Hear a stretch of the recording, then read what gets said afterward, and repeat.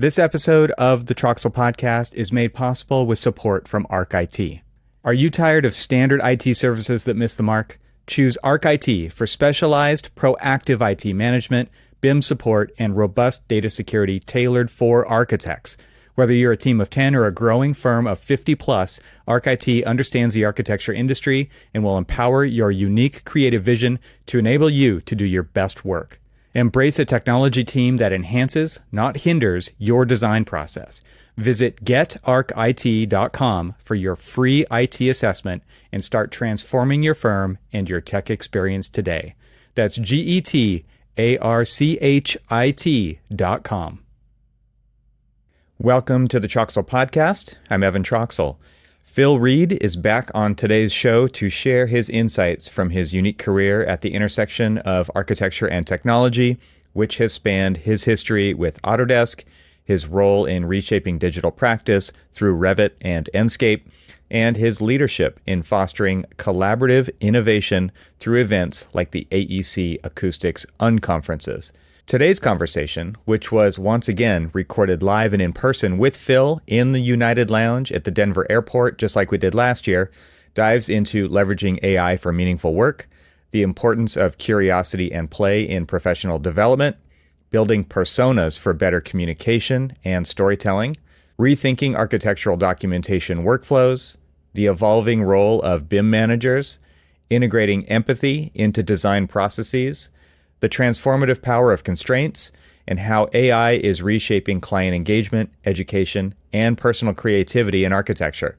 Recording this in person with Phil reminded me of our first discussions back in episodes 145 and 146, which I've linked to in the show notes if you want to catch up and hear Phil's fascinating story in AEC Tech.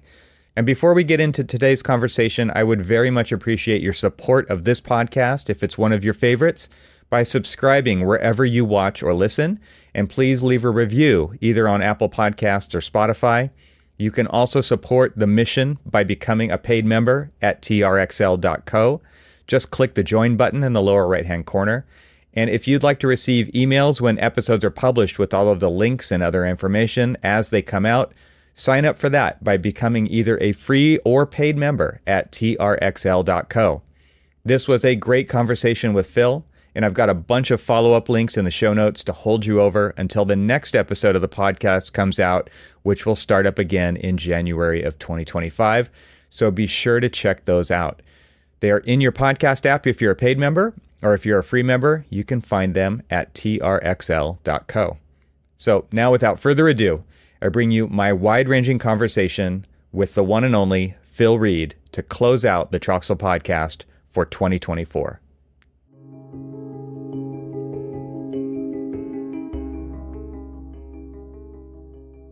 There's a podcast, there's a Tesla guy in Singapore, and I have a habit of, if I watch a documentary or see something interesting on YouTube, or I'll just try to connect with that person on LinkedIn. Uh-huh. And I connected and then said, yeah, I'm interested. I'll be coming to Singapore and happy to buy a lunch, would like to learn about what you do. Well, he ended up putting a podcast together, and it's out on YouTube somewhere. Okay. Yeah. Nice. So you've been on a podcast before? Yes. Before yours. I'm sorry.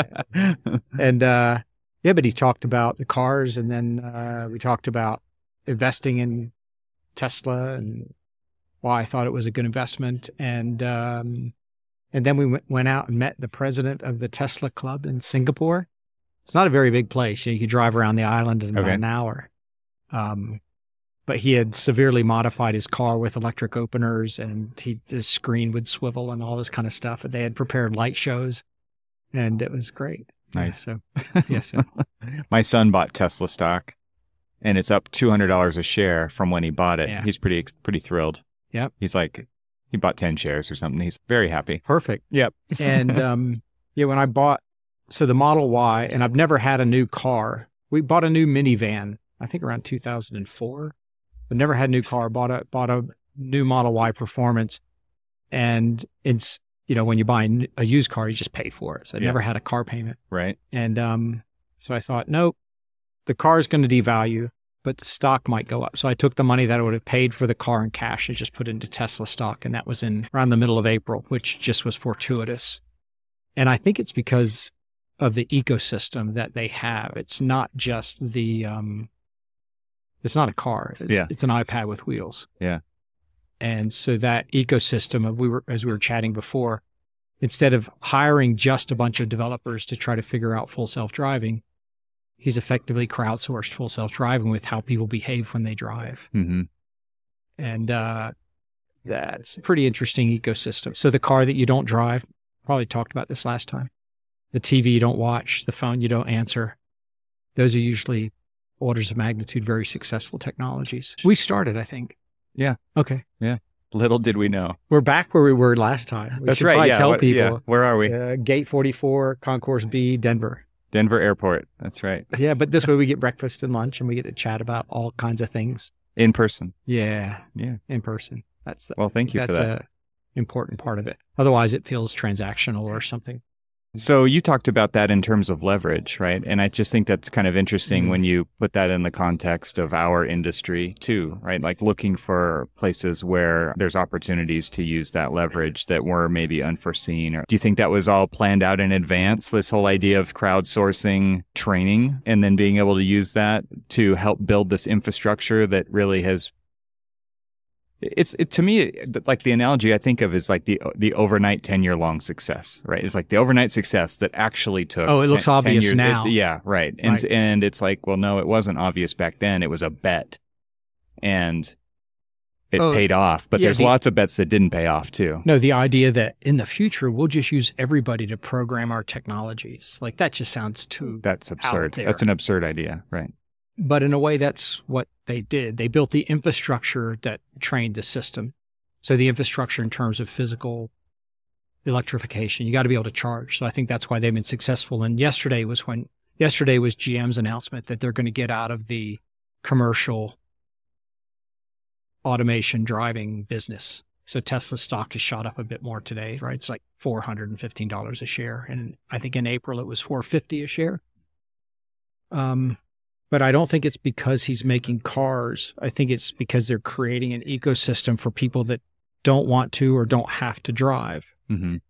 And so it's the sum of the parts. So they've crowdsourced behavior of how people behave when they drive and in edge conditions of weird turning constraints. And like right now, 13.2 is out and I don't have it yet, but apparently you don't have to put the car into drive and then start full self-driving. You put in your destination and select go, and it'll back itself out of a parking lot or out of a constrained parking space, and then it will start to go where it wants to go. And I found it, even on short trips from Charlotte to the coast, enormously relaxing to let the car do its thing. But it took a while for you to get there, right? Yeah, like it just didn't start out like that. No, it's like getting a teenager to drive and you're trying to trust them. Right there with you. You don't want to fall asleep and you're just like every time there's another car, you're kind of ready to take over. I feel so weird not having a parking brake in the middle of the car that we're using for driver's training, like that my parents had when I was a kid. It was like they could just rip that thing up at any moment because they don't have their own set of pedals on their side. Right. They can grab the wheel. But now with the push button park brake, it's like, I'm not just going to push that button when we're full driving, right? And so like that level of trust, you have to build up to that. It's so smooth now. Early on, like in December with the system that they had, when it would go around a corner, sometimes it would hesitate and it wasn't smooth. It was a little, it was like a teenager, like an experienced teenager. It was like turn straight, turn straight, turn straight. Overcorrect. Yeah, overcorrect. But now it got so good, and there's different modes under self-driving. There's like a hurry mode, a regular mode, and a chill mode. Okay. Because the acceleration, even in regular mode, I find too aggressive. So if a teenager was driving chill and you go, whoa, slow down. When the light turns green, you don't have to be right off the line. It's okay. Deactivate 4 cylinders. So it's in chill mode, but it still accelerates in a very confident fashion. I'm at the point where if I was doing a trip where you might actually sleep and confidently, get on the road, put your seat back a little bit, like getting on the plane today, right? I'm flying in from Charlotte, took off and pulled my hat over my eyes, leaned the seat back and went to sleep for 45 minutes. But in a car, you just, sometimes you're driving, you're not paying attention. Yeah. Never. Yeah. Right. And that's scary when you get naughty and your eyes are kind of dropping, and your head's dropping down. You're like, I should just pull over. I think in this case, it'll be better than having a teenager drive, and you'll be confident. And you'll just kind of put your seat back for 5-10 minutes and then wake up. So you're seeing the future, like you can already see where this is going, right? The next steps are. That's where I think it's going to go. It's just, that's what people will enjoy. Yeah. Like when we were talking before about the time it takes to travel somewhere, there's really no competition, at least in the US, with air travel for, let's say, 500-mile distances. You just got to get, the trains aren't, maybe in the Northeast corridor, they're predictable enough. But do they even go to the location you want to go to? No, it's not point to point, right? So when you get there, you still have to get so you're 2 hours before the airport. But I think with driving that's confident, one of the constraints, and I was chatting with Brock Howard, actually we were texting, as I was flying, we were texting back and forth over the internet in the plane. Brock's in Athens, Georgia. And one of the constraints of private vehicles is they take up so much space because of the distance you have to maintain when you're driving on the highway, right? You're sort of 100 feet between cars. What is it? 10 car lengths or something like that. You're going 60, 70 miles an hour. But not in NASCAR. In NASCAR, they drive nose to tail at 200 miles an hour. And I could see if you could get into a convoy mode, like full self-driving, that's the next step. And you travel in packs. And you travel in, nose to tail, 3 feet apart, and they're all communicating with each other. And that special lane goes 100 plus miles an hour. Well, that starts to compete with air travel and trains, and it's point to point. Because I tell you, it's so quiet. And I have conference calls in the car, self-driving's on, and I'm paying attention to the road, but I'm also paying attention to the conversation. It's very relaxing. So yeah, I think I think that it's not the car. It's not a car. I keep referring to it as an iPad with wheels. It's it's not a car. I don't know what to call it yet. Well, maybe it's an automobile. We've always called them automobiles, but they weren't auto. Yeah. Well, that's right. Rich people have always, and we talked about that before, very wealthy people have always had these kinds of things.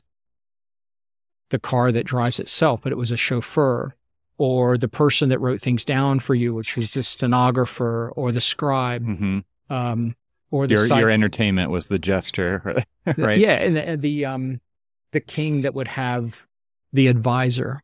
And now this is coming down to common people, down to a common person. Democratization, yeah. Oh, in an extraordinary way. Right. I wouldn't feel comfortable personally driving at 100 miles an hour. You would gain that comfort over time. It might be... over time. Might be kind of fun. But things happen fast. They do. And I went fast once in the Tesla for the first time to pass a car. And it was just one lane in each direction. But I made the mistake of doing what I would normally do in a regular car, which is mash the gas and then indicate and get in the other, get in the passing lane and then pull back over. But when I went to pull over in the passing lane, I almost went off the road because it was happening. So things were happening so fast. Vector, yeah, like physics. Just it's not the 0 to 60 that's fast. It's the 40 to 100.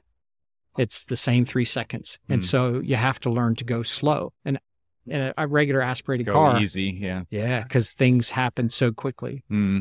But these kinds of tools that the very wealthy have had, like the kinds of things that kings have had, let's say in the last 1,000, 2,000 years. The Roman emperor didn't drive his own chariot. Yeah. Okay. Yeah. He had someone drive his chariot. Now it's coming down to, I think, common people. And we were talking about AI before in terms of being conversational, or the car that drives itself, or I think certainly in transportation, in personal transportation, the idea of getting in a car, getting up early, relaxing. You don't have to be at the airport and fight elbows in traffic. You get in the car and you drink your coffee and you open the newspaper, or you open the internet on your phone, and you start reading the day's news, and the car's doing it itself. I'd feel very comfortable. I've been in cars where I was with Christian Lang, who is the former CEO of Enscape, and we were in Germany, and we were driving to the airport and on the Autobahn, and he was confidently driving well over 100 miles an hour. He has an electric Porsche. I felt completely relaxed. So if I could have that kind of confidence in a personal vehicle, okay, 100. It's not the speed; it's the abrupt starts and stops that'll hurt you. Right. Momentum kills. That's right. When you stop it too quickly. That's right. So if it was confident and you're in and you've overcome the artifact of having to have the separation because of the speed, because you're driving Make manually. those adjustments. No, it's making the adjustments and cars are 5 feet apart and they're communicating to each other. Then you could travel very quickly from point to point. But taking that into what we were talking about in AI is I know it's an over discussed, at least in architecture, right? You can't open LinkedIn without seeing another rendering tool, that some kind of AI tool. But it's not been that lately. Lately, it's the most trivial things. You're asking it questions that normally, if you had a very learned person next to you in the car and you'd ask a question, well, tell me about this. And it would give you all this information. Right. In the latest iOS, it will answer your initial question with Siri, and then will go, would you like me to answer that with what is it, Chat GPT? Now it stopped. Or in the early versions, it would call it Chat GPT, but they've gotten rid of that. It's like, would you like me to answer that with Chat? Before full release, that's a good idea. Yeah, so I'm driving back from the coast yesterday, and I came through a small town that all of a sudden had these artifacts of, at one time in history, it was a very affluent location, but it was in the middle of nowhere. So I just said, hey, Siri, tell me about this town. And it went into this long soliloquy about the history of this town and when it was established in the early 1700s. And it was like in the moment knowledge that. It was like your own personal tour guide. Like when you rent, you go to Alcatraz and you get the headset and you go to the stops and it tells you as you're there, just in time, kind of an idea of. Yeah, while the idea is access to information while you're looking at it, not, I'm going to go look that up later. I better put a bookmark on this or save it to my notes. So I need to go look that later. up in a library. So that's where I think I've kind of been interested in the AI piece here and there, but mostly it seems to be automating bad processes or it's automating inefficiency. This next generation seems to just be giving you orders of magnitude more useful information with very little input. So there's some tools out there that would automate documentation with AI. Like, here's my document set, tag and dimension things. And I think that's kind of an example of automating inefficiency, because otherwise you have to have somebody do it. So one of the things we were talking about before was schedules. Okay, so Revit will continually count things as you work, but you have to create this schedule and you have to order the fields and there's a lot of curation that goes into that. Oh, the coordination is insane, right? But to really do it right. It coordinates it, but you have to set it up so you still need an expert, though, to review it and actually coordinate the hinges and the lock sets and the door schedule is one thing. Openings, locations, right? What kind of door goes? Is it a 1 hour door? Whatever those things are, 90-minute, right? Does it have fire glass in it? But then there's like the whole hardware end of things, and it's a dedicated consultant typically for that kind of a thing. So I tell the story about what you did with Grok that kind of led to that discussion. Yeah, what led to it. So Brock Howard and I, Brock and Grok, Brock's texting me and I'm on this airplane and I thought, well, this is kind of an obscure thing, and it's on Twitter. I took a photo at this beach show that was this week in South Carolina of one of the vendors, and they had a table full of preserved alligator heads and alligator jerky. It was like one of the things they're trying to sell to beach shops, right? So, and I took a photo and I thought, I wonder if Grok would know what this is. So I asked Grok to estimate the retail cost of everything in the photo. And I'm on the internet in a plane, and in about 5 seconds, it started giving me responses and estimate, like counting things, quantifying things. I was just dumbstruck by that. Like, that's a very common question, and it cost me nothing to get an answer. Well, I suppose I subscribed to whatever premium X or something like that. So that it's basic. You experienced like a magic moment right there. It's like, what? It can do that? Because that then leads back to this door schedule example, right? Well, yeah. What if we're not making schedules? Like, that was the leap of going from that was, okay, wait a minute. I've got a set of drawings and I'm going to submit a set of drawings to AI and say, could you just give me a bill of materials and pricing from Home Depot for everything in this project? Like, you don't even have to make schedules for that. No, you just send it an image or a series of images or a model. It would be amazing if you can actually have a fully tagged BIM model. And that's a whole leapfrog to me. That's the part that, and on the way here this morning, as you kind of have time to ideate, you're just sitting on a plane doing nothing. But the idea that you could take a photo of a chair And I actually did this last week in Wilmington. I was going through a tour of a distillery. They had cool leather furniture. I took a photo of one of the chairs, and using a Google image search, it said, oh, here's the chair. Here's how much it costs. And you can buy it at Home Depot. And it's like, what? Home Depot doesn't sell this furniture. Well, they sell lots of things that you can't buy in the store. Not in their quote unquote showroom. No, right. No. But they're online. But normally the step would be, oh, we're going to start a company to build a tool that connects your Revit file with Lowe's or Home Depot, and then with your pro account, right? Yeah, and then you're going to buy this thing. So it's gone to a price point of almost zero, and no one's built a tool in between it. It's not like they built the manual version certainly there, but they didn't build a better manual version, and now it's been usurped by some other agent AI. It's just leapfrog. It just went straight there, and so for me, that's kind of like a really important and interesting inflection point. It's trivial. And you were talking about having a conversation. Yeah. So I was at AU. On my way back from AU, I rented a car, and my first stop was at a photo shoot for a architectural project that my friend was the designer of, and the photographer was there, and we had seen each other recently, but not that recently. And he said, "Have you ever had a conversation with ChatGPT?" I'm like, well, I've asked it questions. Yeah, I never knew you did. So question and answer, is that what you mean? And he's like, no, like he goes, on the way down here, which is about an hour and a half drive, he said, I had a full-on conversation with ChatGPT. And he said, it blew my mind. He said, you have to try it. And I had an hour-long drive coming up to Palm Springs from there. And so in the car, rental car, through CarPlay, I fired up, and I think you have to have a Plus account for ChatGPT to do this. Much? It's $20 a month. Okay. So you get the advanced voice mode that they teased, months ago. It finally came out. It took a while for it to finally come out, but now that it's out, it is very conversational, and it will interrupt you, and you can interrupt it, and it will, if you get disconnected along the way, when you get a signal back again, it'll say, looks like we got disconnected. Let's pick up where we left off. So it just maintains continuity with this conversation. And I was throwing this idea at it, and I had just been tumbling this idea around in my own head, not really coming to any conclusions, but I thought, oh, I'll try this out with it. And so I asked it I told it what I was thinking about doing, and it was very excited about this idea. But it says, let's explore this. Right. And I said, okay, well, where should we start? And it said, well, let's start with, and then it basically took me through this whole process, and it asked me questions that everybody who's thinking about pursuing an idea would eventually, it would come across your plate. All of these questions would, but in the span of 45 minutes, it sparked ideas that would not have been sparked otherwise, because I didn't do this with a person. I think this could lead us to other interesting places in the conversation. Could you have a conversation with another person and the agent? Do you think that would work with two people? That's a good question. I would think so. I don't see why not. And does it give you responses in audio? Audio and real time, yeah.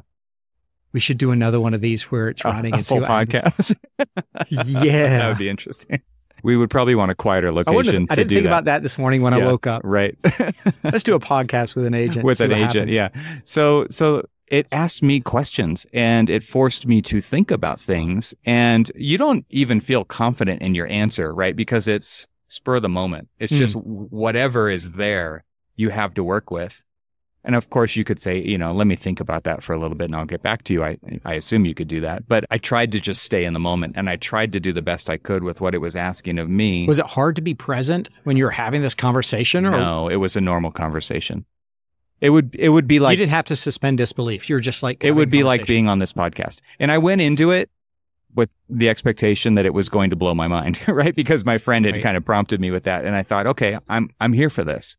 And so I did that, and I didn't think twice about it. I just thought, there were several times where I thought, oh, this answer's going to suck, but I'm going to say it anyway. And it forced me to think through things, I'll say. And then at the end, I said, okay, now can you give me a summary of this conversation and give me some action items to pursue next? And it said, yep. And it said, anytime you want to come back and pursue this conversation further, I'm here and ready for that. Right.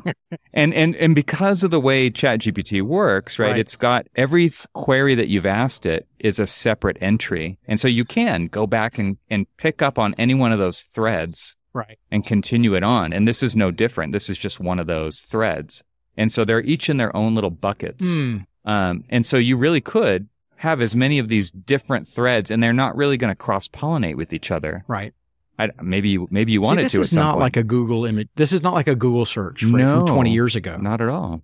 And I've only started playing with this probably since the fall retreat, because I realized I was using the private version of the Apple beta, and then it was getting too squirrely. I went back and dropped back to the public beta and realized that you could upload images and ask questions. And I don't know if it was somebody at the Leadership Retreat, or maybe, I think it was Craig Barbieri, took a photo and then asked, it was how to create a text prompt. So sometimes you can create a text prompt by, okay, how do I describe this thing in my head? Or if you take a photo of something, ask it to describe the material, and then use that material as a text prompt, and then say, okay, I want a seamless texture from that description. Works better than taking the photograph and trying to massage it in Photoshop so it looks like a seamless texture. So I was like, you can submit a photo and ask it to describe it. So I took a photo of the kitchen at the cottage and asked it to describe the design as, sort of pro and con terms. And I got a description, sort of a modern kitchen design. And then I asked it to describe the design and the persona of Steve Jobs. And it said some nice things about the design and the utility of it and the clean lines. But then it also said there was nothing really innovative about it. It's like personality. So I sent it to a friend of mine who's a contractor. He was an architect turned contractor. And he's like, oh my gosh, I would hate for this to happen to review my design work. And he sent me a photo of a mountain house that he'd worked on in North Carolina. And it was fully dressed out, end of project. And the table had a very colorful and sort of festive place settings on it. I guess they had set everything up and then taken photos of the finished mountain house. And I submitted the picture to ChatGPT and asked for a pro and con of the design. And the pros would come in the persona of Martha Stewart, and the cons would come in the persona of Steve Jobs. And boy, did Steve Jobs savage the design. And I sent it. So Martha was complimentary. Oh, Martha thought the colors and the place settings was lovely and complimentary to the rustic, And then Steve Jobs was like, busy, busy, busy. This is terrible. How much noise, clutter. Yeah. So I sent it to an architectural friend of mine in Charlotte. And he said, man, this would have been great in architecture school to be able to take photos of your design and then ask for feedback of the design, without waiting until a Monday morning crit, but getting kind of experienced feedback from personas. And then it's not like a Google search. It's not transactional. It's interactive. Right. And I think this is going to have profound implications around healthcare. Certainly, I think in terms of psychology of someone who's going through grief or a difficult time, to be able to have a conversation. And certainly in psychology, there's a broad range of quote unquote right answers.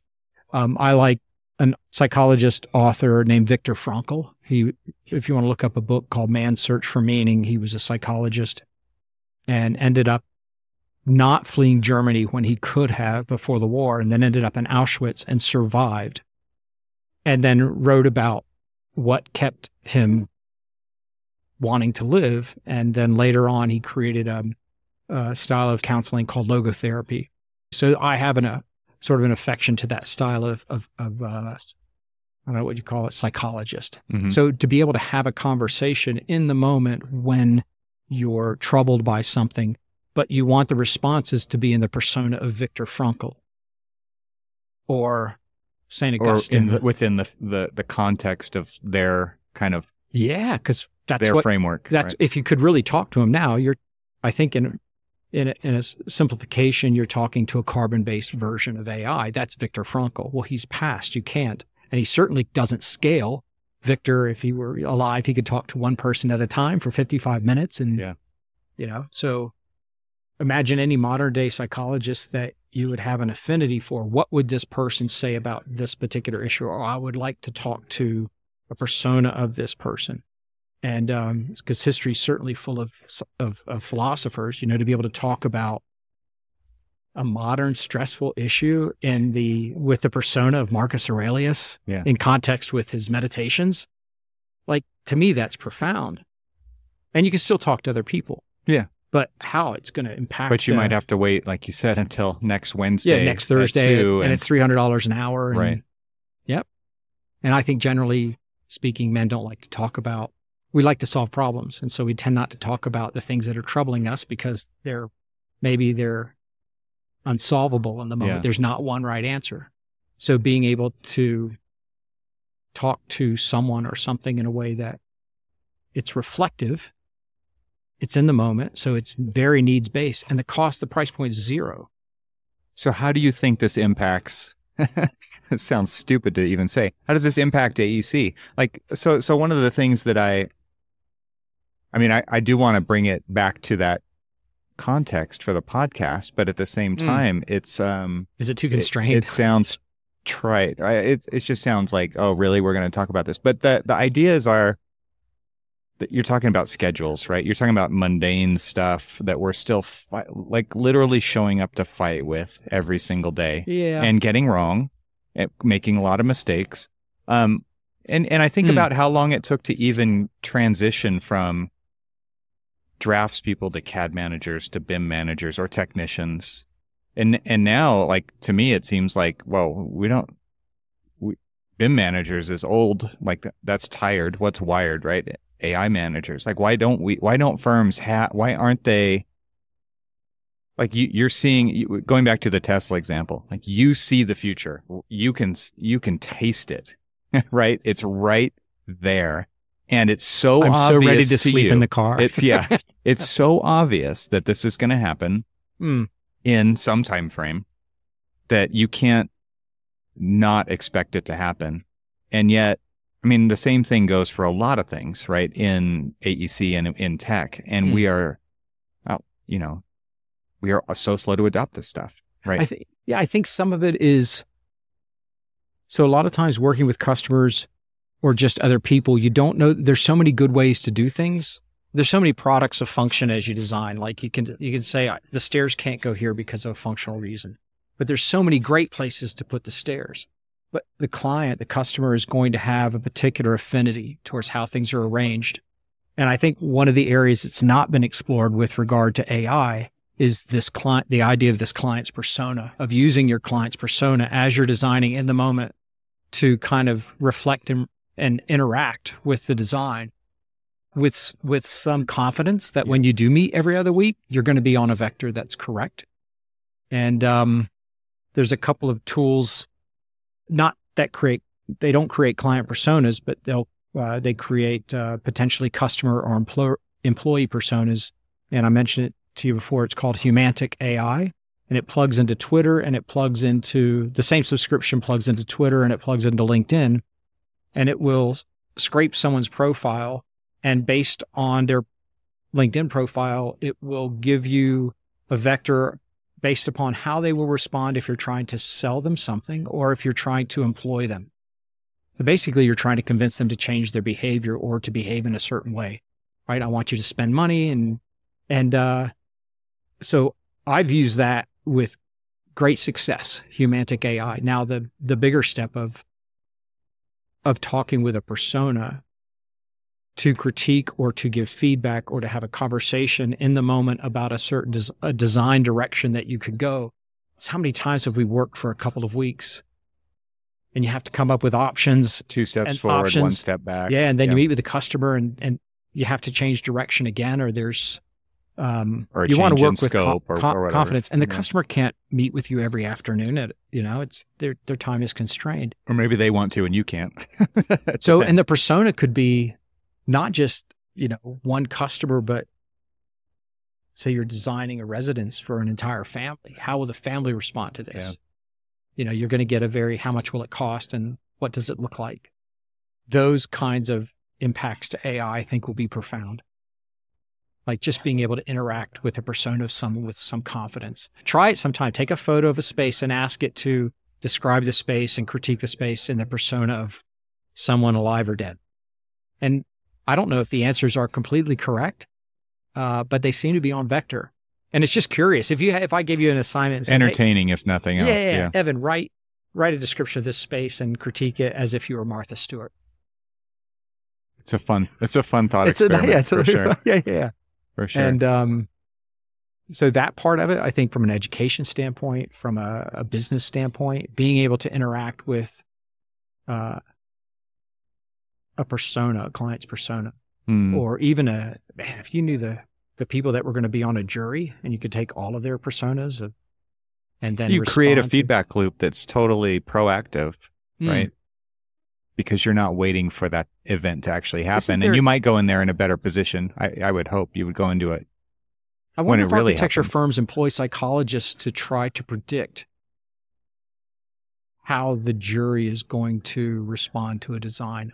Certainly it happens in the legal space where you try to predict how jury members, right, when they're going through the process of selecting jury members. Yeah. They employ psychologists to try to pick the jurors that will have an affinity towards their approach to the case. Yeah. Do we do that in art? I don't know any architecture firms that employ psychologists. The example I can think of is employing psychologists to use research as a foundation for why they make decisions the way that they do. You know, when it comes to like healthcare space design, uses of color theory in design, things like that, where they do have psychological effects on healing, for example, right? So, and then they can point at their researcher and say, like, this is our expert, this is our subject matter expert, and here's why we're making these decisions like this, and here's why you should go along with it or choose us, even as an example. So they do things like that, but I don't think in the way that you're talking about it, not that I know of.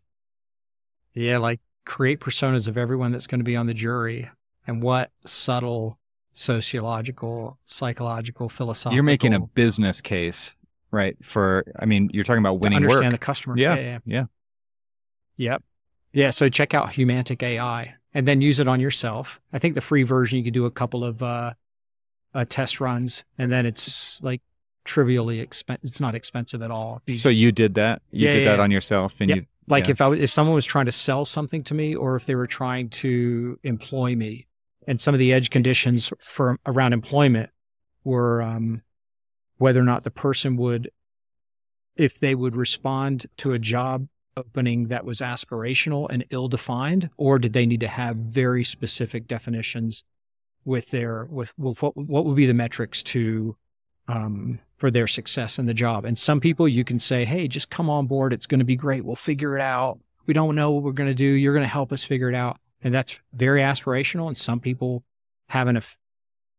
they will have an affinity to that ambiguity, and others will run, screaming the other direction. So it's then in your approach to talk to them, knowing what ways will connect with them. You can modify your approach to meet them where they're going to. Yeah, it said one of the things that stuck out was if you're trying to sell to this type of personality, don't go into story mode.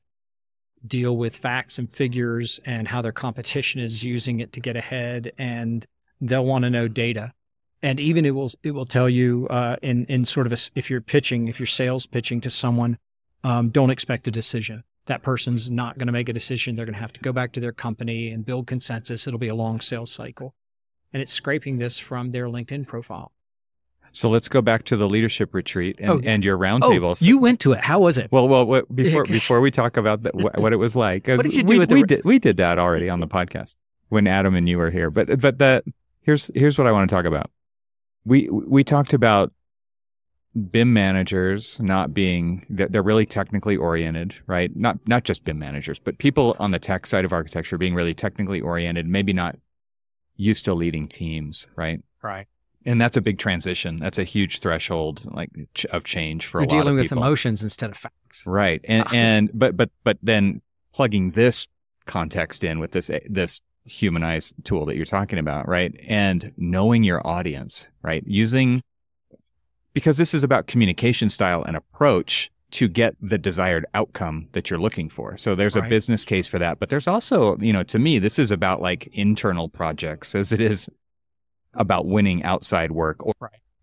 you are innovating in your firm, or you're coming up with a new workflow, or you want to make a different tool purchase. I want to give people tools Right. to think, or different ways to think about these kinds of tools that you're talking about, because I think there's a personal aspect to this too, that it can be leveraged for to communicate in the right style that it will land with the person who is your audience to move this goal forward. Right. I think that there's something there. So it's not uncommon for BIM managers, self-included, to live in the potential and to be inside that bubble Right. a lot. And technology is so obviously advantageous to us. Oh, we should spend money to do this thing, but you have to convince higher ups. And one of the more recent conversations I had with a technology director, almost out of the blue, can I talk to you about something? And yes, pick up the phone and we're chatting, and they're completely frustrated. They want to do this certain thing. And his question was, how do I convince my boss that I'm right? Jesus, what an open-ended question. And, well, what are you trying to do? Have you run the numbers? Have you figured out that the cost of the technology is trivial, but now you're going to have to train people and you're going to have to change behavior? And what if it doesn't work out? And I'm trying to go through the conversation. I said, have you offered to resign if this doesn't work out? And they were like, what lengths are you willing to go to? Why would I do that? Are you willing to die on the sword? You're going to cost the company a lot of money. And if it doesn't work out, what's your trajectory? Like I think the problem is, I think what I mentioned to this person, I said, you haven't built trust. They trust you to manage the technology, but not to manage the business. For a BIM manager who's, I think we're also a little bit all on spectrum, to have a conversation with ChatGPT and go, hey, I'm trying to talk to my director about doing this thing, and they're just not listening to me. I wouldn't spend $300 an hour with a psychologist to this. I might buy lunch or breakfast for someone and go, how would you manage this? Well, and I would ask you, and you would come back with your experience, right? But at the same time, like you're saying that this thing exists where you can They're on the way to the this. office, 30-minute drive in traffic, frustrated because they were just told yesterday, no, we're not going to do that. Right. And so you want to vent. You just want to know why. And having something go, oh, have you thought about this? Have you thought about this other thing? It's not even a tool that helps you design better buildings. It's just a tool to help you deal with or whatever problems or challenges you're dealing with people. Yeah, the emotions of that, because I think we get locked in our heads. This is the right way to do it. Like there's that, and everybody's like me, and we speak my language, but it really to me is about speaking their language and finding the way to communicate best with them. And I love this idea of the persona and kind of prototyping these conversations ahead of time. Role playing is what we're talking about, right? So even before you have that meeting with the boss and go, look, right. I've got to have this conversation. I want to invest this money into doing this thing and training these people. What are the roadblocks? What are the likely objections? Or pre-grill me, right? Yeah. Yeah. I mean, Steve Jobs roasting the design, right? It makes me think of like, you grill me with questions. I want to get this thing through all the red tape that I have to get it through. Does this ChatGPT that you're using, does it work with video, or is it? You can put images up there. Okay, I don't images. know that it'll work with You video. can't walk around a design model or something like that and ask it to interact. I think it could prepare you. And we have a family friend, Harvard trained psychologist. And a couple of years ago, we were having a chat about, obviously he does counseling. And I said, I think the AI is going to have a profound impact on this. And he's like, oh no, you can never replace people. And now I look at it like the father that's going to have a difficult conversation with a son, grades at school or anything. Yeah. It's like, how do I want to approach this to build a bridge, to not sever a relationship, any difficult conversation, whether it's the boss at work, a partner, a child. The thing that I was thinking about when you mentioned that it's being conversational, and can you have a third person as the agent? Man, if I could have gone through teenagers and had the agent in there so that mediator. Yeah, it's the mediator. Okay, Dad, you need to be quiet now. You're talking too much. You're talking too much. Right. I could have Viktor Frankl in there listening in. I think those kinds of conversations will be profound, and not just in monetary terms, but just in like human relationship terms, because we see things through our own biases. When was built North America in St. Louis? What year was that? 2018 or 2019? 2017? That was the next to the last one, so I think it was 18, because 19 was Seattle. Seattle, right. I think it was I did like one of those YouTube wrap-up videos. I was doing those at the time, and something that came up at that conference was, what if you had, I think it was in was it the DTS, which was like the pre-conference for the Digital Technology Summit. Yep. And, Rob Yorey and Robert Manna and people like that were there. It was a group discussion with people from large firms all over the U.S. would come in and be there for a few days before the actual Built conference, and then stay through the Built conference. But one of the things that came up at that was, what if you had one of those Echo Dots or something on your desk at work? What would you ask it? And I think you mentioned, like, there are certain things that I just wouldn't feel comfortable talking about it in public, right? But this whole idea of using it, you've got your AirPods now. Like, I don't even think those were a thing back then, at least, the wireless ones, and you go on a walk. You go out of the office and go on a walk, or you're in the car on your drive home or to work, and you're having these conversations. There may be things that it's fine to do in the office at your desk, right? And to prompt something and have this conversation going with what it's seeing on your screen. I think Claude recently, their latest model, Sonnet, can look at your screen and interact with you as you're interacting with your screen. And now there's this new layer of interaction with these models. But there's voice, there's screen. So maybe there are a lot of things that you could do that you'd be fine with saying out loud or showing on your screen at work. Right. And then there's a lot of things that aren't, right? And it's interesting that you kind of tied that back into psychology, and like, especially men who are not as open with their emotions and their feelings and expressing those or talking to others about them. Or you pay somebody $300 an hour and just not doing that because it's cost prohibitive. No, right? If you're stressed about money, you can't pay someone $300. And I think like working in an architectural office leads to a lot of situations where that would be extremely beneficial, right? So like, it's a frustrating job. It's a challenging job. And that's in lots of different roles in the office, not just technology roles. But I mean, we can definitely see that in technology roles. It's really challenging. Yeah, I think, we've used AI in the AEC space primarily to create beautifully seductive images of buildings, and the lighting is perfect. The reflections are amazing.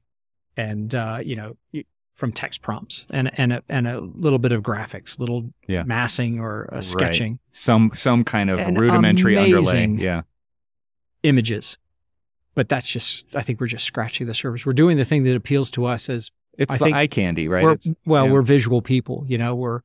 We've kept ourselves alive over millennia by being visual and listening, but that's just scratching the surface. It's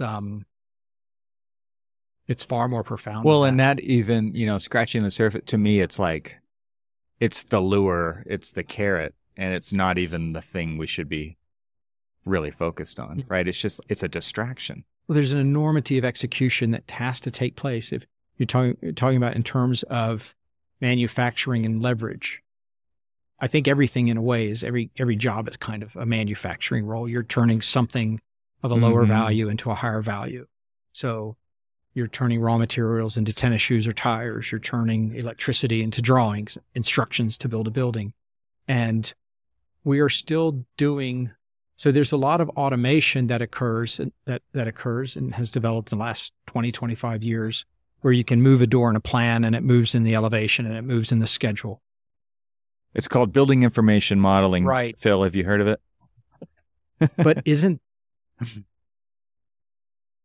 But that's transactional. Mm-hmm.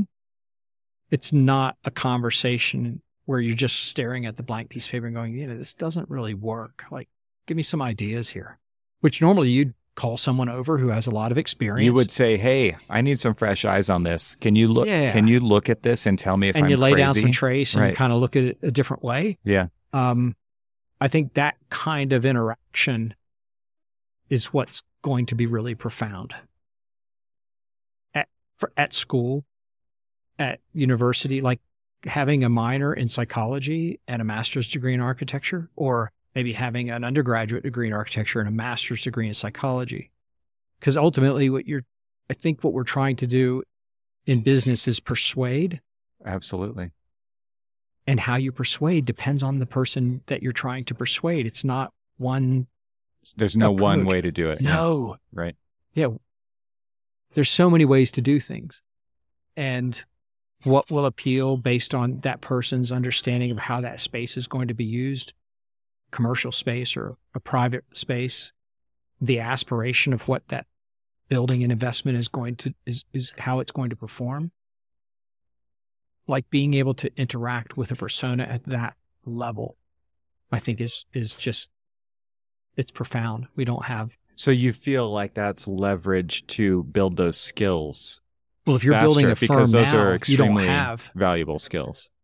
You're not constrained by team size. Yeah. Maybe, I don't know if I like things in threes. A stool a stool won't wobble with 3 legs. Maybe you just have 3 people. What's the firm size now? And you have these intelligent agents that you can interact with, even with those other people on the team.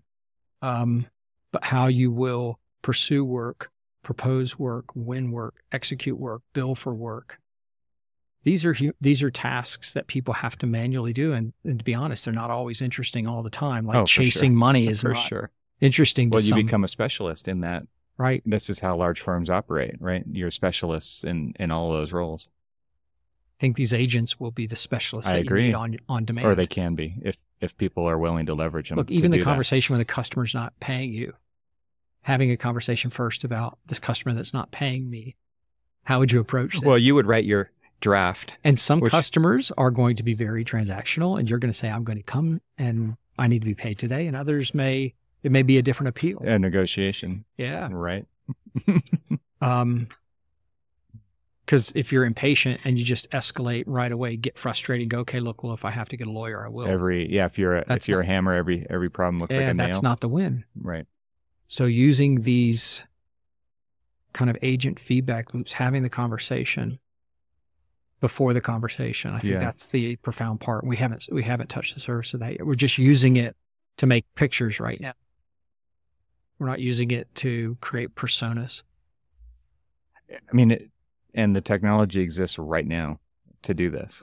You'll get more than that was the bit flip, is when you get more than out of it than you think you put into it. Like taking a photo from that beach retail show of a vendor's tabletop and going, okay, what do I have in this picture and how much would it cost retail? And it starts to give a very detailed accounting of everything on the table, to the point that, the alligator heads were pretty obvious. You could get back scratchers and alligator heads, right? But then it had alligator jerky, and it recognized alligator jerky from this photo at probably 10, 15 feet away. And it gave me an accounting of what that would probably cost retail terms. Like, this is the most obscure thing. Like, no one would build a tool for this. Oh, and by the way, the table cost you $25 too. Yeah. So now I'm finding myself walking around taking photos of things and asking Grok, who makes this chair and how much does it cost? Where's this light from? And it goes and finds it. So the thing that this is bringing up for me is this whole idea of curiosity, right? Like, you obviously have this curiosity now. Like, you've seen a bit of what it can do. And now, oh man, I'm just going to keep asking it more and more questions. But curiosity is, let's just say it's not really welcome in a lot of corporate situations, right? It's like, do the job with these tools like this. Oh, I don't know. Why would you ever want to work somewhere you weren't being paid to be curious? Well, and look what you can get out of it, right? Like look what the potential is with that. And that there's a leverage right there. Like, I always found it to be incredibly frustrating to work in places where it was like, this is how we do it. This is how we've always done it. This is how we're going to continue to do it. Don't go outside of these lines, right? Don't color outside the lines. And I remember first year of architecture school, my professor, who was a wild and crazy individual, he said the worst thing you ever learned was in kindergarten when they taught you to color inside the lines. Inside the lines. But stifling that curiosity happens early on in a lot of people, right? And then it continues. And so like there's levels of curiosity that are allowed in air quotes, right? Yeah, and I suspect that business success leads to pattern recognition of, let's do more of that. Oh, yeah. Right. That so you works. don't want to be Keep curious. doing that. Yeah. Even to the detriment of the business. They'll follow it all the way down. Yeah. But just keep doing the thing. And particularly in stress mode, then people really look at pattern recognition and they don't want to try anything else. Double down. They're stressed. Right. Yeah, they double down. Right. For architectural firms now, or students that are in school now, I suppose if your aspiration is to work for a company and be part of the milieu of a very recognizable high design firm, then that's one track. But you don't have to follow that path. Like having all of these agents work for you and to be able to ask it questions on demand when the question is forefront. The cost of that, if you had to do it in human terms, would be you would have to hire all of these people to do all of these kinds of tasks for you. I don't know if you're not curious. I don't know that I would want to employ people that were not curious or want to be employed. Isn't that kind of what we're not just paid to do a thing, we're paid to pay attention to the thing we're doing and to try to improve the thing? Yeah. I mean, I don't know isn't everything improvable? So while you're doing it, you're also in this other mind of going, I wonder if this could be improved. I wish we could run a poll on the podcast right now, right? Like a real-time poll of like, do you feel like you have that agency in your role to be curious? Like a lot of times there's like designated individuals who are like in an R&D kind of a situation, and that might be over glamorized, right? But it's like this, or I remember as a designer, right? I remember a project manager who was, a principal and owner in the firm who's like, you've got the easy job. You get to design things. And I'm like, are you serious? Like I get to put my heart up on the wall and watch people rip it off the wall. Right. Right. It's not what you think it is. And so anyway, I tangent, the idea of this R&D, those people get paid to be curious, or I think there's paid time to come up with innovation. I can see the director going, okay, I like your idea, but that's not a good idea for today. Yeah. Like that's a good idea for the next project. But to just say, hey, I don't want you to stop thinking, Yeah, just do. Oh, crushing for an artist or for an architect. I don't even think it's artist and architect. I think or anyone, like even if you dig a hole and someone goes, oh, is the hole there? Nah, let's put the hole over there. Or if you're digging a hole, right? Like literally digging a ditch and you go, we're going to dig it this way, but that's a long way. We could dig it over this way and it's a better way to dig the ditch. Oh, I'm glad you thought of that. Yeah. Like, to be proud of your work, anything, be curious, anything. I can't think of what you could do that you wouldn't be curious. So the idea behind this kind of talking to this technology, talking to these agents, why not just talk to a person about this stuff? And the answer is because they're not available. You can, but they're not always available. Right. Yeah. No, there's very smart people. Or they people, cost money or whatever those things are. No, sometimes they're in the middle of their thought and now you're interrupting an important moment for them. I don't think it'll be either or. Yeah. I think it'll be both and. You'll use this other...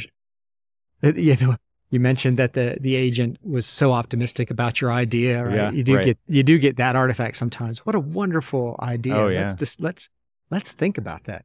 But you do need a way to bounce ideas. I think these tools, at least in my experience, are not being used to do lazy things. You're doing them to be more rigorous about them, to be curious, to be asked questions, to be responded to in run ways. Things to the ground faster, right? Like it's like, I didn't think about that. Yeah. I was doing one of the posts for the fall leadership retreat, or maybe it's a spring roundtable. Like we don't have alcohol at the event. And so I wanted to do a short article about why we don't have alcohol. And it wasn't meant, I don't want to do anything preachy. It's just like in practical terms. So I asked ChatGPT, like, give me some practical reasons. We have this kind of event. Here's what we're trying to do. What are some practical reasons give me 5 practical reasons you wouldn't have alcohol?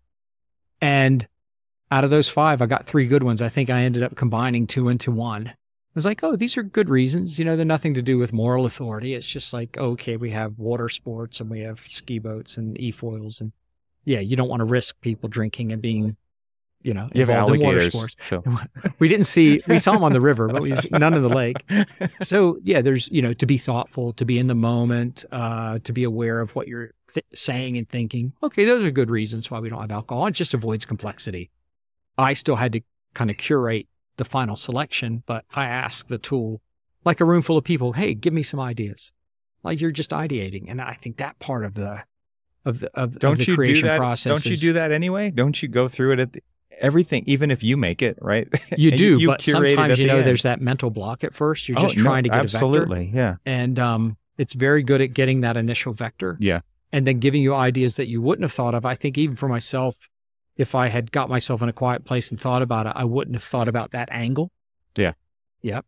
So those kinds of, I would encourage someone to take some of these tools and take a photo of a chair and say, where can I get this chair? Take a photo of a space and say, I like this design. How much would this cost? All the furnishings in this space, what would they cost?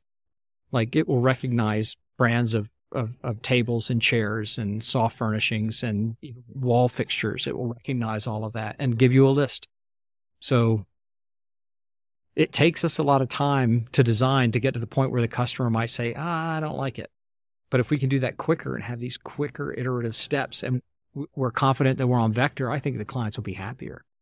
The customer will be more satisfied with the end product. You know, as an architect, I always found that you have different types of clients, but the best clients were the ones who were looking for ideas, searching for ideas. They're using you as an AI. Yeah, they were using you to do the same thing, Mm-hmm. right? Because they're not the experts and they recognize that and they hired you to do that job and you're the expert in that job. And for you to look at it like that, I think is a good take, right? Because like when you get those unexpected, whoa, I didn't think about that. Right. That's really... Yeah, they've already biased themselves. They've flipped online through pictures. They've looked at designs, and they're still at the point where they go, you know, I don't know. Just here's what I like, but can you give me some ideas? We have this piece of property. Here's what we want to do with it. Here's how we want the end product to perform. Here's its function. But give me some ideas. One of my favorite kind of surveys afterward with a client was when I said, so, you know, let's just talk about the overall process. And they said, you know what I really, the thing that really made a mark for me, and this was like a board member at this organization. And they said, you brought things to the table that we would have never, ever, ever thought of. You're a very good carbon-based AI.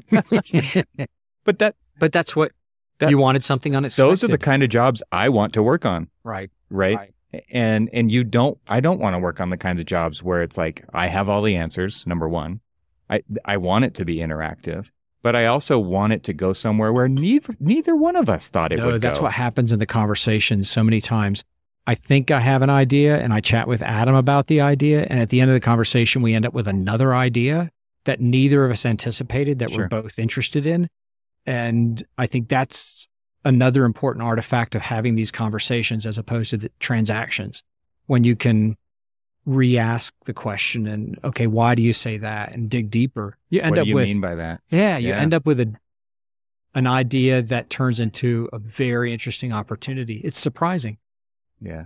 And there's something here about surprise that actually makes people pay attention to something. It's like what something is impactful to you, it's typically because it was surprising. So it's the twist in the movie. It's the bridge in the song. It's the key change. It's something that you didn't see coming, right? And it's like, boom, it smacks you in the face, right? And that's what makes its mark on you. Right. Yeah. Searching for that to happen. And the restrictions of don't just do anything. You have to, and I think that's where AI suffers right now, particularly with regard to trying to come up with design ideas and creating renderings. It's really good at creating anything, and it's hard at creating something. I think that'll get better, but it's hard to iterate and have things sit still and then just kind of tweak it over here. I only recently found out that Keith Richards uses open tuning and 5 strings. Yeah. oh my gosh, the music sounds amazing. And Right. I Nobody realized, would know that, right? and he said when they were starting out, like the heavy string, the I bottom mean, string just is listening. expensive. When I say that, nobody listening would know, like, oh, Keith Richards plays with a completely modified setup from normal guitar So it's players. an old blues style, Right. open tuning, so you can strum the strings without touching the strings. It also means you can just put one finger across 5 strings And get a chord. get a chord. Yeah. Go online and listen to Keith Richards playing the guitar, and you're like, It's magic. that's the sound. Yeah. That's the sound of his guitar playing and how he's able to create fills.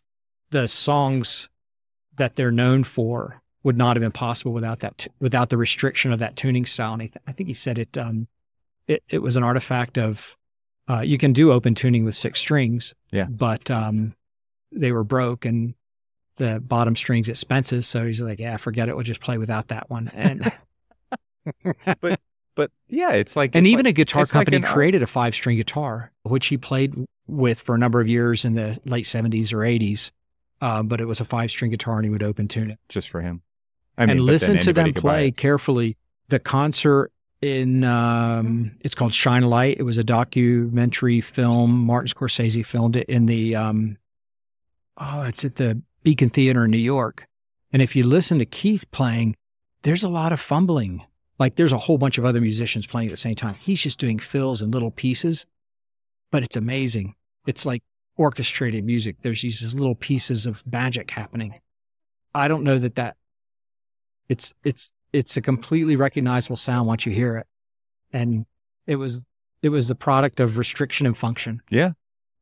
That is the beauty of constraints in any situation, right? It's like you figure out how to operate within them, and then you break a And rule break the here rules. or there, right? Yeah. Yep. But they actually provide you with, you keep saying the word vector, right? But that's what it is. Well, it's just like you're it's on a- like, okay, now I can see where we're going because it's not just a wide open field of Right. blank page. Yeah. Here's your What do we have to restrictions. work with? I only have one professor at architecture school that built this artificial restriction. This is a 4-hour task. This is an 8-hour task. Oh yeah, you talked about Yeah, him, Nelson I think, Benzik. in one of our podcasts. Yeah. And he's like, yeah, I don't want This you is how working much all time you weekend. get to do this. You get 8 hours. And if you come up with 2 ideas in 8 hours, fine. 1 idea in 8 hours. I want to see what you get by tomorrow morning. Give me 4 hours and then go do something else. And I always felt a certain level of satisfaction of doing something well with a constraint as Mhm. opposed to just, it doesn't matter, do anything. Or just you still have time left. Keep going. I know. Even though you feel done. you feel burnt out. Yeah. Yeah. There are definitely people who are wired. If there's more time, we're not done. We can do more. The glue's got time to dry. Keep gluing. Right. So it's, I think the technologies are interesting, certainly in the ability to interact in a conversational way with an agent that will critique a design for a student, for a would-be architectural student. It will discuss ideas in a way that aren't emotionally threatening, right? Because you're not in front of a jury of peers. Your students are all there watching you get reamed on a Monday morning. You're having conversations with a tool that looks at a design and goes, well, have you thought about this or have you thought about that? Or certainly from this persona, it's a wonderful design, but the other persona might say, oh no, it's too busy. What were you thinking?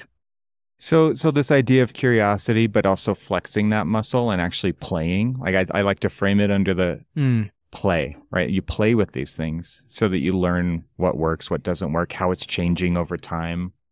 If you don't flex that muscle, if you don't flex any muscle, they atrophy, they go away. Well, you mentioned that some of these tools will respond to things on your screen. Yeah. Claude. And it will respond in architectural terms. I mean, could you have That's a a good model or a plan of a, I believe so.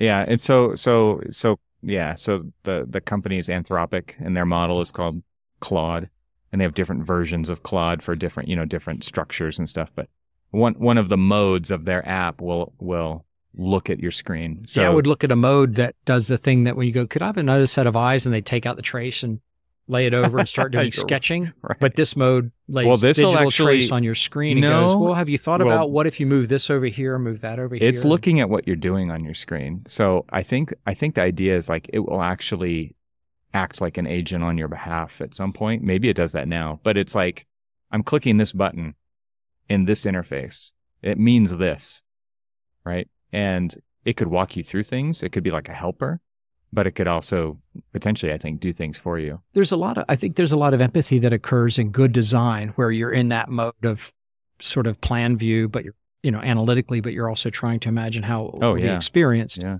And getting feedback in terms of the emotional quality of a design, as well as does it satisfy the analytic needs of the design? Yeah. And in stress mode and time constraints of real life, just being able to have that other person there that's always available just to ask a question. Yeah. I think it will take the stress away of doing work and then having to untangle it later and going, oh, I spent all day yesterday. So I worked 16 hours and I have to roll it backwards, as opposed to in the moment being able to. Well, there's that, but there's also how much you can actually compress time. And so you don't waste as much time having to redo something, right? Because ideas like, okay, so real-time rendering, you're connected with Enscape. I love the idea of using it as rendering as a decision-making tool now, right? That wasn't a thing back in the day. Back in the day, it was a you final push your output. button and wait. Yeah. It was a thing you did at the end. And you better not screw it up because you don't want to have to do it again, right? Right. And we learned how to fix things in Photoshop because it was way faster, right? Yeah, instead of push the button and wait 4 hours again. So this idea of like moving that technology closer to the metal, right? It's like, I'm now using it to make decisions because of the visualization quality. I can use it, right, as a tool throughout the process. And I think this is kind of the same thing, right? This is another thing where we're using it as a tool along the way to help us. It's in the moment. Yes. Right? It's not the thing where you push the button at the end and render. Right. It's the questions and interaction in the moment. Otherwise, it's too disruptive. You have to do these big cycles where you go back and start over and go back and start over. Right. So that's where I'm kind of, there's so much about AI this and AI that. And I was like, it's getting overwhelmed with AI. But recently finding these sort of conversational vectors, that's got me really interested in it, in the impact of not just in business, but just in trivial things. It's faster to ask AI to give me a recipe for fajitas or burritos than it is to try to find it online now. Because when you search online, and I've started doing this with recipes. Everything's a 5-star recipe, first of all. Well, and you have to go through, you get the thing, and then you get the backstory of the thing, and then you got to scroll past the ads. Yeah. And finally, at the end, you get the recipe, and then you get the instructions. But if you ask ChatGPT to do no nonsense. It's like, oh, you want to make fajitas? Here's your list of ingredients. Totally. Here's what you do. And it's like, okay. And these are options. If you want to do this, you might do that. And I'm like, okay, that's what I want then there's no advertisers. There's no noise. I'm not scrolling down 4 pages. Right. That's a really interesting door for me to get back into this part where, this idea of using or leveraging curiosity of your employees to play with these tools and create fluency with them so that leverage can be amplified, right? Like if you have zero fluency with these, then someday you're going to say, oh, we should be using these tools, right? They've finally proven themselves. Now, okay, we're the laggard end of the adoption curve. We're going to now jump in on this, right? And you're late. You're super late. You can't leverage it as much. Now you're playing catch up.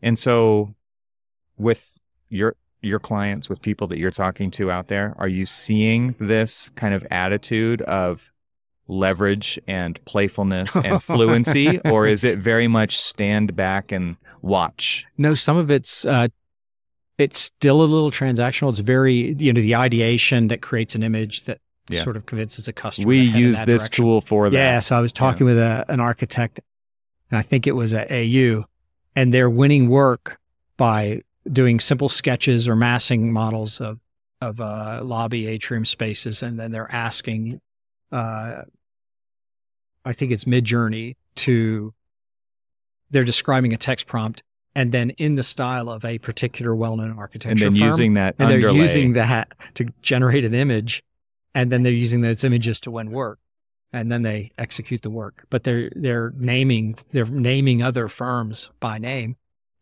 which might, I don't know, it might upset some people, but to me, it's no different than going to the library and pulling out the latest architectural record or some other magazine and going, oh, I like that work. That's by this Putting firm. a little tab on that one. Yeah, and just go, it's that firm. Because if or you this say is what that Pinterest firm, was for everybody. Like it's just create all these Pinterest boards. So it's part of their text prompt. So stairs and it's rails. Still a little transactional, I think, in that way of going, here's the massing model and we want it in the style of this. And you get an image. But the idea, if you're doing lunch and learns on AI and you have young staff, asking people, what are you using AI firm for? Let's go around the table with a lunch and learn and talk about what you're using AI firm, but has nothing to do directly with architecture. No one's going to get in trouble here. Right. Just an open conversation. And it might not be anything to do with images, but the idea of someone saying, oh, I'm using AI to have conversations that are in lieu of a psychologist, or I'm having a discussion in lieu of trying to understand a difficult relationship with a coworker or a roommate. All of these kinds of human conflicts. Imagine a roommate that just doesn't keep the apartment clean to your standard. Yeah. It's like, oh, I use ChatGPT Plus to help me formulate that conversation. Yeah, right. Because give me some pointers. Artists may not be. We're kind of conflict averse. Yeah. Yeah, we don't like chasing money. We don't like chasing arguments. That's why selling. We have somebody else do like that. Selling. No, don't like selling. Right. So now you have that conversation with an agent to help you frame a discussion around why it's important for me that you do your dishes and do your part to keep the apartment clean. Like, just go around the room and find out what young people are using, I don't know, young people, but the people that are younger in the firm, what are they using these tools to do that you might not expect? And I think you'll come up with an idea that will fold itself into something business related to solve a problem. But it's not, I wouldn't just say, okay, how are we going to use this to build better buildings, right? Yeah. You might want to take a bigger, step back and look at the big picture. That's a different conversation. That's like, here's the business goals. Once you've defined those, you can figure out which technology it may be AI, it may not be, right? Plugs into solving that business goal, right? That could be any number of tools to do that. You're talking about approaching it from more of a grassroots effort. Yeah, just like, hey, what obscure things are you using this for? And that'll just spark ideas, right? Yep. Yeah, I think you take a bigger picture. You don't just step back and going, how are we going to use this for rendering? It's kind of, that's so transactional. You could do much bigger things with it. And then you might get to rendering as well. Well, I want to use this now as a segue to transition into the upcoming roundtable discussions that you're going to be hosting end of April. At the end of April of 2025. So this will be the second year. And we have the fall leadership retreat, which is more leadership, self-leadership, other leadership of others. And then the spring event is more technology focused. So this will be the second year. And our approach is that good answers are not transactional. They come from discussions. And both Adam and I have experienced watching really good presenters at conferences present something, and then you get them after the conference. You go, okay, so look, here's the thing on my project. Let me add my me context. Yeah, how would you do it for this kind of thing? And they go, oh yeah, that won't work. Yeah, you probably want to do it this other way. So we thought, you know what? We should just have the conversations after the presentation. So like Carl Storms did a presentation last year that was based on his self-interest in he did 100 days of AI. And we went around the table what other people were using AI for, in some cases, trivial kind of things. I learned things that never realized that even could exist. See, this is exactly the conversation we just had about finding out what young people are doing with AI, like flexing that muscle. And so Carl did that for 100 days. Yeah. Kevin Kelly, one of the early internet pioneers, Midjourney every single day would just to play with it, just to figure out what it could do, to find out what worked, find out what didn't work. And that to me is really about like kind of flexing this muscle and just playing with it. Like there's nothing on the line here, right? No, and it's not, and we're all high performing technologists. So we're not really concerned about someone coming up with an idea and then shooting it full of arrows. Well, that's not going to work. What we really want is, this is a hard problem and it's costing me stress and time and money. Mm-hmm. How are you guys approaching this? Because they're not presentations. Mm-hmm. discussions, and we just go around the table, and then eventually the discussions go back and forth and from different angles and talk about a number of business related topics. Harlan Brum, who's a product manager for Revit, led a discussion or facilitated a discussion on the future of documentation. And we all realize it's a really hard problem. You just can't. And maybe what we're also trying to do is automate an inefficient process. And maybe that's not the best thing to do. So one of the submissions this year, and I expect he's going to come along, is a guy named Scott Brown, who's the national BIM manager for Beck. And Beck is a design build firm. And Scott showed me a documentation method at Autodesk University in a trivial way. We were just at dinner and he opened his iPad like, "Hey, Scott, what's interesting?" He's like, "Well, I'm working on this thing. You want to see this thing?" And I dreamt about the conversation we had at dinner that night. And I was going, "Well, Scott, how would you do this? And what about that?" And we were still having the conversation. So he must have really got into my head a bit. And I said, "Scott, this is profound. I think you should present this one evening at the roundtable event and just show a room of 30 or 40 technologists. This is how I'm doing documentation. And we have to," and by we, I mean Beck. Beck has to be accountable from the design through the implementation of the construction. And he's like, "Oh yeah, I'll do that." Paint a target on his chest and present it in front of a bunch of high performing technology directors. But what's so cool about these events is like, you can totally be safe and vulnerable. And, and it really isn't a target, right? It's like, if it was at AU and you were presenting that, it's a different environment. Yeah, like Autodesk University is a very kind of, it's a very lecture environment where hold your questions to the end, or maybe ask questions as you go along. But there's also a spotlight and a stage and a screen and a PowerPoint what would you and a call video. There's a power hierarchy, stakes. Right? Yeah. There's an adult-child kind of relationship. I am the speaker and you are the listener. And so you don't want to ask questions that might put the speaker on the spot. Yeah. What Scott showed me was a sit back, drop my napkin, gobsmacked moment going, "Oh my gosh, I can't believe that works." And it's, and without, I don't want to give it away because I want Scott to really present this, but it is a return to first practices using new technology. And, I would say it orders of magnitude simplifies the process of creating instructions to build buildings. Interesting. And these are not recorded and they're not shared afterward. Like, you have to be there. You got to be there. You got to be there. Yeah. And we think that's important. We've had people ask, "Oh, will these be recorded? Can I download it later?" And I think that's just, it's not worth the investment. That's just so transactional. You really want to be there to interact and to understand at the moment. And I think if Scott goes forward with this and opens it up and shows people what he's doing, he's going to end up creating a template that people will be able to use to document their projects. And this is in Revit terms of, the word template, like project template. I think this template will scale to a residence all the way up to the largest, most complex projects in the world. Wow. And it enormously simplifies the documentation process. And because I think it's part of the artifact is because the reason this has evolved is because Beck is accountable from the design through the construction. So he's trying to simplify the communication process as well.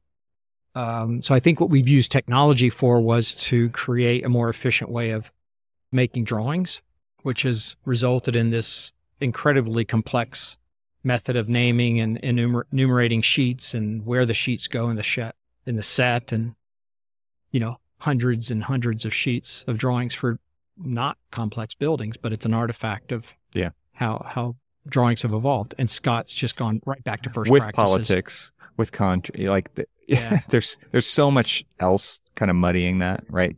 Making it what it's become. Yeah. So what he did, it just so surprised me. And even the name, the name or the metaphor he's come up for this process is even beautiful as well. Nice. So so good on you, Scott. Yeah, he's a curious guy. So that's what we'll do. We'll have the same kind of. You went to the leadership retreat, so you'll know it'll be the same. We intend to have the same kind of process where people arrive Sunday, try to start to detach, get in the moment of talking, catching up with people, and then Monday will be the offsite event. Tuesday, Wednesday, and Thursday, roundtable best practice discussions, 9 a.m., 10:30 a.m., 1 p.m. from 2:30 until 5 o'clock. Afternoon's open. So go down to the lake, learn how to e-foil. We'll have the ski boats out, go for a paddleboard, and or talk with fellow peers, ask questions, end up having a discussion about something you didn't think you were going to have a discussion about that turns out to be really important. And then we'll probably have an evening. So dinner is usually 6 and then 7 o'clock. Kind of just have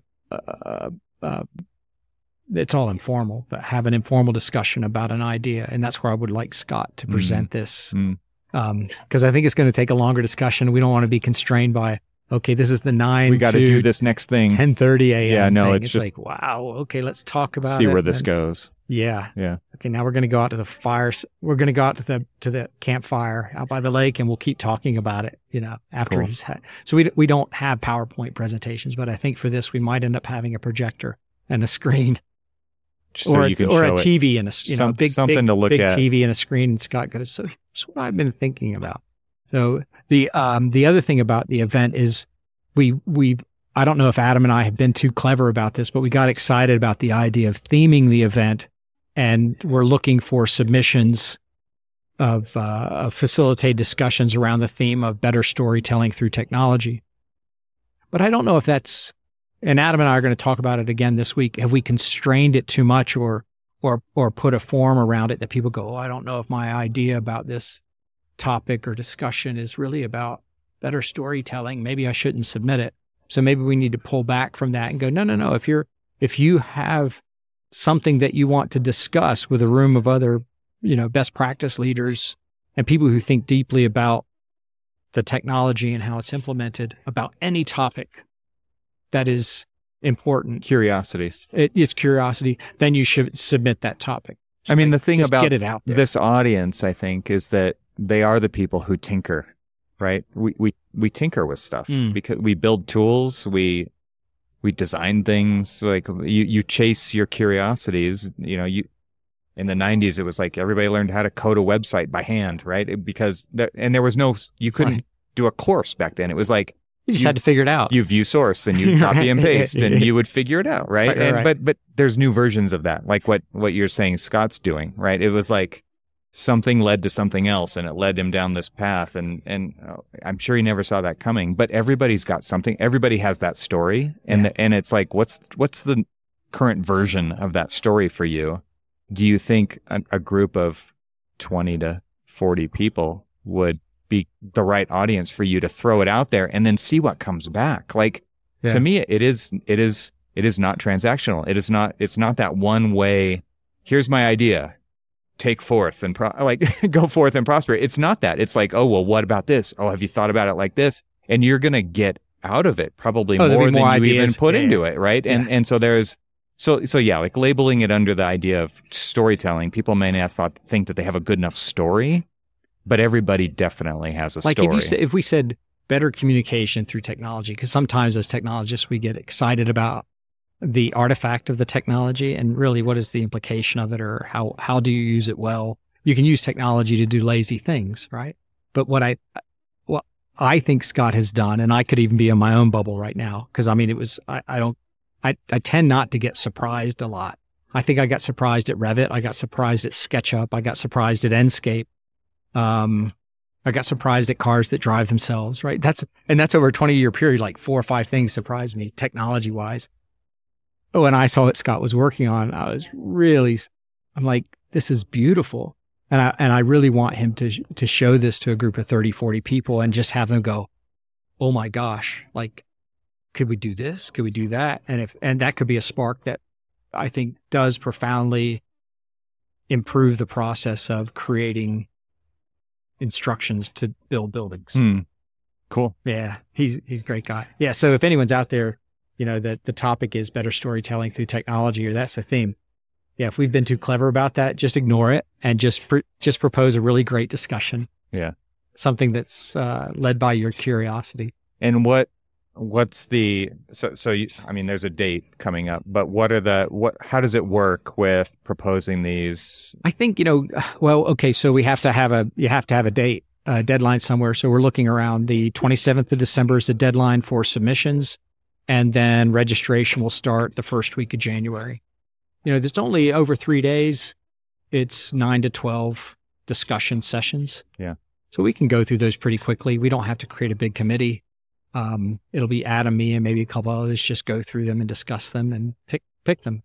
And then open up registration probably first week of January. And then the event, I believe, is the 27th of April through the 2nd of May, Sunday to Friday. Right. Yeah. Cool. That gets everybody on site for the offsite Monday. Otherwise, you can't show up Monday. We're already gone. Yeah. Yeah. To me, this is an event where like it really is worth investing in yourself in, even if you can't get corporate to pay for it, or I don't know, like coming away from this is the best event in AEC that I've ever attended. And so I'm not just saying that because I'm sitting here with you in Denver airport face to face. It really is. I mean, it was super, super impactful. And so I feel like it's worth submitting an idea, but it's also worth just attending. In practical terms, the reason we announced the call for submission topics or session topics after Autodesk University is because the dust has finally settled for people having, they've got to get to AU. And it also gives people, I'll give credit to Nick Kramer. He said, you need to tell people how much this is going to cost and when it's going to be in the third quarter or fourth quarter I'm like, why? He goes, well, we have to ask for budget. And it never occurred to me, I'm my own business owner, and Adam and I have a lot of leeway with what we do. Not everybody gets to do that. So they have to ask for budget and planning before the end of the year. Don't surprise them in January or February and say, oh, we're having this event, you should come. Because then they've got to ask for budget they didn't ask for, and it looks like they don't know how to plan their time and money. Yeah. So that's why we put it out this fall. And actually, we've announced the dates for both events. The spring event's the end of April, and the fall event, the Leadership Retreat, will be the end of October. We're going to get out of the hurricane path for a change. That's right. And stop doing it at the end of September. Because it is in Florida. Yeah. And if you look at the bell curve of when hurricanes, rough weather happens in Florida, it's all right at the second half of September. And people who don't know hurricane weather like me or, others from Canada and, the West Coast. We had 2 hurricanes this year. Everybody was worried. The week before and the week after the event, we had hurricanes pass. We didn't get impacted, but it was just like, okay, it messes with travel. And I thought there was a lot of worry about it. Oh yeah, it creates stress. Should I even go? Because yeah. No, we were going to go on the Chetuckney Springs, and it turned out that the river ended up full of trees, and so we ended up going to Silver Springs, and that was the Thursday or the Wednesday before the event. Right. That river's still not clear. Months later. Months later, they're having to pull trees out of it. So we'll do that event at the end of at the end of October for the fall event and stay out of the storm, the peak of the bell curve. Yeah. But it's an amazing location. Yeah. It's really quiet. You actually can unplug. The Wi-Fi is not great. It's good enough. Which is fine, which is actually, I think, a bonus because then you're less distracted and you're more grounded, I think, in the people and in the place of the event. So all of that, I think, adds up to. We haven't figured out how to make this, if we should scale it. Like, I don't think more than the number of people that fit on one motor coach should ever attend, because we don't want the artifact of having to print lanyards and having to, like, we don't have exhibitors, we don't have lanyards, we don't have sponsors. I don't want to turn into the event location and say, brought to you by XYZ software company. Yeah. Just like the moment you get there, you're there. Everything is authentic. So from the standpoint of it scaling as a money-making hand over fist money-making venture, I don't think we aspire to that, or we've even figured that out. We would like to, I would like to try to take this concept of technical roundtable and 6 months later leadership roundtable and go to the other hemisphere, like try to do Australia or New Zealand or somewhere else. But again, no more than 50 people. But people from the Southern Hemisphere come to this event too. Yeah, that's right. It's a stretch, but they do it. No, Carrie Thompson attended. Right. Callum. Callum Freeman from Assemble in New Zealand attended. And they're both they're like, hey, we should do this in New Zealand or Australia. And like, yeah, we have to find a place. But we have an interesting Venn diagram at the camp that we go to, because we have a private chef. We have a commercial kitchen. He gets to run the kitchen for the week. So we have, I think meals are very important. Conversations that happen around meals are important. Chef Charles has just a joyful attitude to what he does. And so having a legitimate French chef think about the food that you're consuming and who it was made by at this versus and it's a production factory. Yeah, food you're not making standing in a line getting your food. He brings it out. It's all set like energy. A family. Like here's your platters of food and a couple of tables. He explains it all. Yep. So that kind of attention to detail, and it's a camp, so the accommodations are, I would say, austere. They're not uncomfortable, but it's either like a motel style room or a cabin style room where it's, there's no campers. It's just you're in the counselor's accommodation. I'll tell you some questions that came up from. So some people heard that I went. I think I was at AU, and they're like, "You went to that, right?" And I said, "Yeah." And they said, "Is it true that you can bring your family? Is it true?" Because they heard that on the podcast, and they said, "Is that true?" Like you Could you really do that? You were just making that up. So talk about that part of it. Yeah. So the idea is that we wanted to have counselor-led activities for kids during the day, and then in the afternoons everybody can get together. Sylvia, who's a wonderful technologist around BIM scanning services, modeling services of historic buildings. Mia came, and I think Mia's 7, very precocious, self-motivated, and she was great the whole week. And it worked. Yeah. So she was a little bit nervous about attending at first, like she was going to be the only kid. She's already said, "Dad, I want to go back next year." And so we're trying to do it in such a way where, people bring their kids, they're doing nature things during the day. They don't have to sit in the conference room. No. I mean, it's not even really a conference room. Yeah, Mia's in edge conditions. She'll sit in a conference room and listen to discussions and draw and color all week. And but no, it should be like, kids want to go off and the things they do is like teach kids to build fires or build forts or the kinds of stuff that I used to do growing up in Florida. Yeah, you go feral and you go build a fort in the woods. So the idea is that they counselor-led activities during the day for kids, and it's just a nominal cost for the meals. It's not, much more at all. There's other opportunities for like off-site, things that can happen. Oh yeah, they can take depending on who shows up. Yeah, if you had partners show up and they want to go off, there's an enormity of interesting, historic, and beautiful things in Florida to do. Right. Go off to St. Augustine for the day and go shopping, or old historic village. But it's legitimately like we had someone asking about driving. They wanted to bring the whole family. I think it was like 3 kids, mom and dad. I'm like, yeah, go. Mom and dad are both architects, and they just wanted to know that they could legitimately bring the family. Yeah. Yeah. We just haven't been. It's just that kind of new thing where no one's really done it because it's not been done. I don't know that people bring their families to AU. I don't even think you can get into the conference area at AU under a certain age. You have to be like 18 or older. Probably. Yeah. We had families that built because it was just kind of a easy, relaxed atmosphere, and people would bring their families. But yeah, definitely at Lake Swan, you could bring families and the kids could go on a paddleboard, do counselor-led activities, and then go out on the inner tube behind the boat. Yeah, go down the water slide. Yeah, the wrap-up video that Peter did shows Sylvia and Mia on the getting pulled around on the big inflatable thing. Yeah. So it's meant to be time to definitely think hard, but also relax, try to disconnect a little bit. It's an investment it should be an investment in future revenue.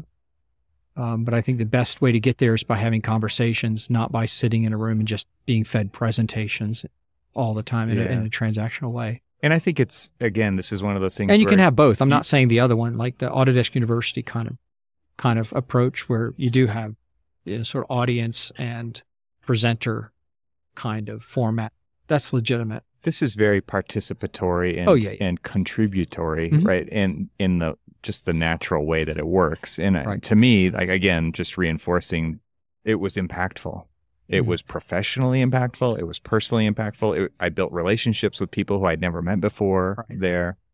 There's a network because it's intentionally small that gets built up. And I can see this being kind of a homecoming event that happens, but there's room for new people. I mean, it's not exclusive. No, and so, it's not a country club. Yeah. But it's, I think authentic, having the offsite on Monday helps people to deposture a bit. Yeah. And kind of just get to know each other. Detach and have conversations that aren't. You ease into it. Yeah. This is lovely. We thought about doing it at the end, like it as a wrap-up event. Oh, okay, we've all done this thing for the week. Now let's do an offsite.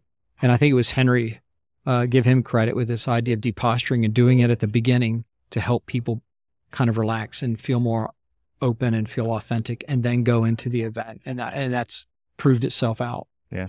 A better structure. All right. Well, Phil, I will endeavor to get this episode out before your deadline. 27th of December. Look, I think the main thing is people now, if they have to ask for budget to do it, and what do they want to attend, and what do they events do they want to contribute to next year?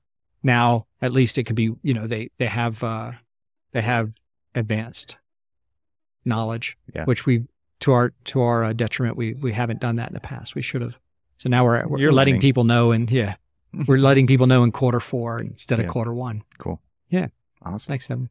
Well, it's going to be fun. And I wish you the best, because I won't be able to attend that one, but the spring event, you can't. You've got obligations. But maybe in the fall, get you back on the eFoil. Yeah. That's Evan doing the lasso. Was that you in the wrap up video? And you'd never done that before. Nope. No, and you got up. It was cool. Yeah. Oh, great. Thanks, Evan. All right, buddy. Talk to you next time. Thanks to our sponsors, and thanks to our members this week. Find out how you can become a member at trxl.co, and I'll talk to you again next week.